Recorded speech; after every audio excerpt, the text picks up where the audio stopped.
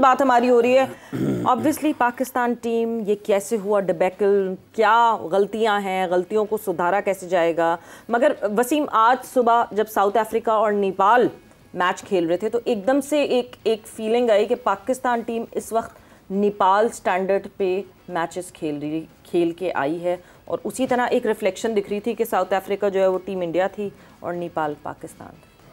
अब देखिए, अब ये ना हम कहना शुरू हो जाएं, जो कि हो सकता है जी न्यूजीलैंड भी बाहर होगी, ये देखें क्या कौन से क्या मत आ गई वहाँ पे। हो गया हुआ कहना, उसके बाद हो गया हुआ होगी, ऐसी बातें शुरू हो वो गई, टक टक टक टक चल रहे हैं कीबोर्ड शुरू हो गई है। बाहर हो गई है जी, वहाँ से श्रीलंका बाहर हो गई है, इंडिया ऑलमोस्ट यूएसए से हार गया था, आज नेपाल जो है साउथ अफ्रीका से जीतने लगा था।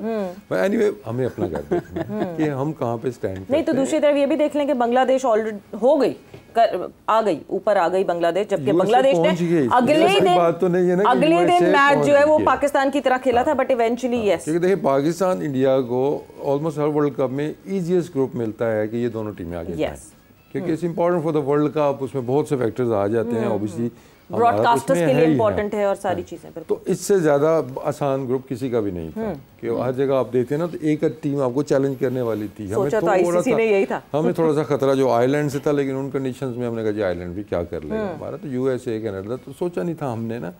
तो बात देखें, अब सिर्फ एक चीज़ की कप्तानी की वजह से हम हार गए हैं या सिर्फ हम सिलेक्शन की वजह से हार गए ना, इस सारी चीज़ों को आपको देखना होगा कि स्ट्रैटेजी, मुझे अभी तक ये समझ नहीं आती कि हम जो एक साल की हमने जो एक स्ट्रैटेजी बनाई वो इस मैनेजमेंट ने भी और पिछली ने भी जी, कि हमने मॉडर्न T20 क्रिकेट खेलनी है, हमने 200 प्लस वाले रन्स की तरफ हमने जाना है। ठीक है, आपकी सोच अच्छी है, क्या टाइमिंग उसकी अच्छी थी? क्या आपने सोचा कि वर्ल्ड कप जहाँ आप खेलने जा रहे हैं वहाँ पे वो क्रिकेट आपको शायद नहीं चाहिए होगी कि वेस्ट इंडीज़ के अंदर, क्योंकि यूएसए का तो अब कहते हैं जी हमें पता नहीं था, यूएसए का तो खैर चले, हमने तो सोचा भी नहीं था ना, हम तो सुपर 8 का ही देख रहे थे, वर्ल्ड कप वहाँ से शुरू होगा हमारा, क्वालिफाई तो हम कर जाएंगे जो भी। तो हमने आजम को इसलिए खिलाया था कि वेस्ट इंडीज में अच्छा करेगा, वहां तक पहुंचेंगे तो करेगा ना अच्छा।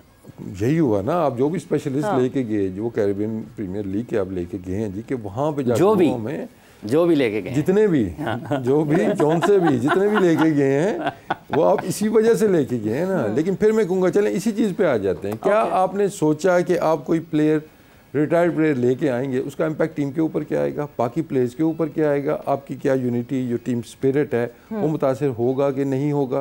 ठीक है ना। आप नहीं, आपको लगता है रिटायर्ड प्लेयर के आने की वजह से टीम स्पिरिट खराब हुई है? हमेशा होता है। कैसे आप दूसरे वो क्या कहेंगे जी, हाँ जी ये कहाँ से आ गए हैं? तो मैं फिर वही आऊंगी, एशिया कप में और वर्ल्ड कप में किसने टीम स्पिरिट खराब की थी? देखिए, उस वक्त तो रिटायर्ड प्लेयर कोई भी नहीं आया। आपने टीमें क्यों वहाँ पे चेंज की? आपने क्यों सकलैन मुश्ताक को हटाया? क्योंकि आपने वर्ल्ड कप का फाइनल उसने आपको खिलाया था। आप कोच आपने क्यों चेंज किया? आपने मैनेजमेंट क्यों चेंज की? तो जब आप हर तरफ से कोई भी कंटिन्यूटी किसी भी उस लेवल पे नहीं चलने देंगे, दूसरा फिर मैं कहता हूँ देखें, चेहरों से कोई इतना फ़र्क नहीं पड़ता कि वो सकलैन है या सिलेक्शन में कोई मैं था या और था या सुहेल था, कोई भी जो चीज़ें अच्छी चल रही हैं आप कंटिन्यूटी तो उनमें लाएं कि चीज़ें बेहतरी की तरफ जब जा रही हैं तो उनमें आप थोड़ा बहुत होता है ना कि चलें जी एक आध प्लेयर या एक आध बंदा मैनेजमेंट के अंदर ही चेंज करके हम देखते हैं जी कि हमने फाइनल लाइन हमसे पार नहीं हो रही, हम उसकी तैयारी करें। अब वो पूरी बिल्डिंग गिरा के जब नए सिरे से चीज़ें स्टार्ट करते हैं, फिर जब आप पर्सनल डिसलाइकिंग लाइकिंग के ऊपर फिर वो बातें देखें ना, आप दोस्ती यारी, मतलब पूरी वर्ल्ड का जो मीडिया है वो हम पे ये बात कर रहे हैं जी कि इनकी टीम में दोस्ती यारी पे बनती है, अब इनके कोचेज भी जो लगते हैं दोस्ती यारी पे लगते हैं, तो इस बिकमिंग एम्बैरसिंग नाउ। शुरू में तो मैं भी इस चीज़ के बड़ा अगेंस्ट है यार कि कैप्टन के बारे में लोग क्या बात करते हैं इस तरह ये वो, लेकिन अब तो देखिए ना कि हर बंदा यही बातें कर रहा है और आपने खुद रीज़न दिए हैं उसके अंदर, ठीक है ना। फिर मैं कहता हूँ कि सबसे पहले लॉजिक्स दिए जाएं जी, ये लॉजिक था, हमने कैप्टन इसलिए वापस लाया, हमने कोच इसलिए चेंज किया,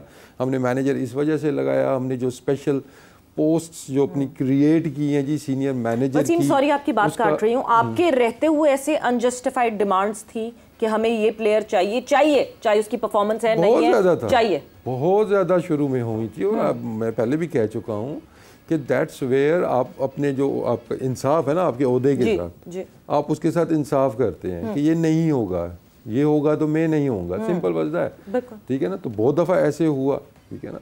कुछ प्लेयर्स को ठीक है आप शुरू में जब आते हैं, ठीक है ना, कैप्टन कहता है या कोच कहता है जी एक आध चांस हमारे कहने पे उसको दे दें, मैंने वो भी करके देखा, ठीक है ना। फिर भी जब वो फेल हुए, उनकी चीज़ें अच्छी नहीं हुई, वंशी मैंने ड्रॉप किए, कुछ प्लेयर्स मैंने आते ही स्ट्रेट वे ड्रॉप किए थे, वो बड़ा उस पर वो अवेला मचा था, ठीक है ना।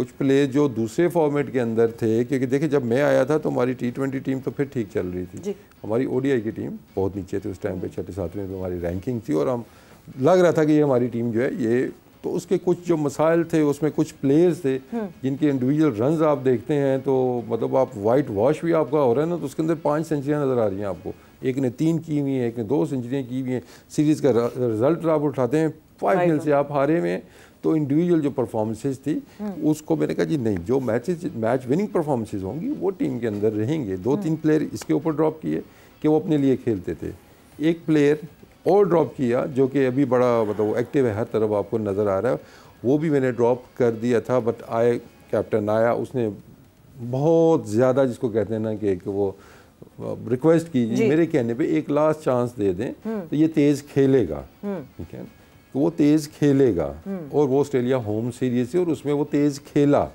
लेकिन जैसे ही सेटअप चेंज हुआ उसके बाद वही प्लेयर आपका स्लो खेलना शुरू हुआ, उसने मैच हरवाने शुरू किए टीम को।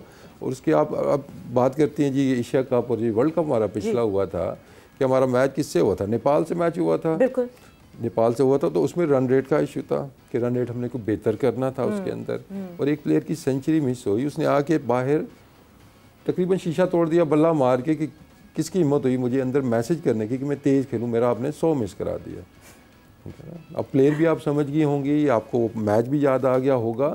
तो ये एटीट्यूड है कि कोच ने मैसेज भेजा कि भाई तेज़ खेलो, टीम को ज़रूरत है।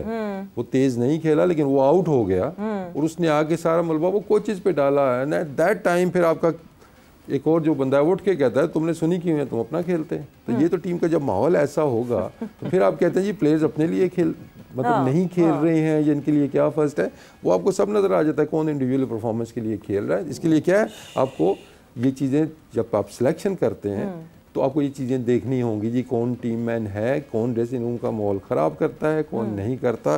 जो ख़राब करता है उसको तो बिल्कुल निकाले। अभी आप सिलेक्शन की बात हो रही है ना कि जी आगे हमारी क्या होनी चाहिए, सबसे पहले तो ये देखें कि जो लड़के टीम के लिए नहीं खेलते, जितना बड़ा वो मर्जी सुपरस्टार हो, रिगार्डलेस ऑफ द परफॉर्मेंस आप उसको टीम से बाहर करें, आपकी टीम ठीक हो जाएगी। फिर आप देखें परफॉर्मेंस वाइज एक एग्जांपल तो सेट करें ना, एक एग्जांपल सेट करनी बिल्कुल। अगर ये क्लेम हो रहा है जी कि टीम के अंदर जो चल रहे जो ट्रबल मेकर्स हैं सबसे पहले आप उनको निकालें, छोड़ दें परफॉर्मेंस, किसकी परफॉर्मेंस है किसकी नहीं है। जो टीम के लिए नहीं खेलते हैं, जो टीम को खराब करते हैं, सबसे पहले इस क्राइटेरिया पे आप जाएं, आपकी आधी चीजें वैसे ही ठीक हो जाएंगी। बट सोहेल सिलेक्शन का मसला हम जो है थोड़ा सा जरा फिर से पास में जाएंगे। एशिया कप से हम वापस आते हैं, वर्ल्ड कप और एशिया कप के बीच में एक मीटिंग होती है, ज़का अशरफ साहब उसको बिल्कुल पब्लिक कर देते हैं मीटिंग को, जहाँ पे इंजमामुल हक और बाबर एक तरफ होते हैं, जिसकी वजह से मोहम्मद हफीज़ भी वहाँ से रिज़ाइन कर देते हैं। मानी नहीं जाती बात, सिर्फ इंजमाम और बाबर की बात मानी जाती है कि जो टीम उनको चाहिए वही टीम उनको दी जाएगी।